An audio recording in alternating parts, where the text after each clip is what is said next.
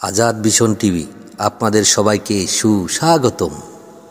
আপনার হিক্কা বা হেঁচকি ভালো করার টিপস জেনে নিন। লক্ষণ: অজীর্ণতা, ঠান্ডা লাগা প্রভৃতি কারণে হেঁচকি ওঠাকে হিক্কা বলে। চিকিৎসা: 10 গ্রাম শুকনো আমলকি, 10 গ্রাম পিপুল, 10 গ্রাম সুর, 10 গ্রাম মিশ্রি একত্রে হামানদিস্তায় চূর্ণ করে একটা শিশিতে রেখে দিতে হবে। এই চূর্ণ 1 চামচ করে সকালে ও সন্ধ্যায় খেলে হিক্কা বা হিচকি আপনার দাড়ি কাছেও আসবে না। হ্যাঁ ভাই বোন বন্ধুরা, আরও নতুন নতুন বিষয় টিপস পেতে আজাদ ভিশন টিভির সাথে থাকুন। প্লিজ আরেকটি সাবস্ক্রাইব দিন।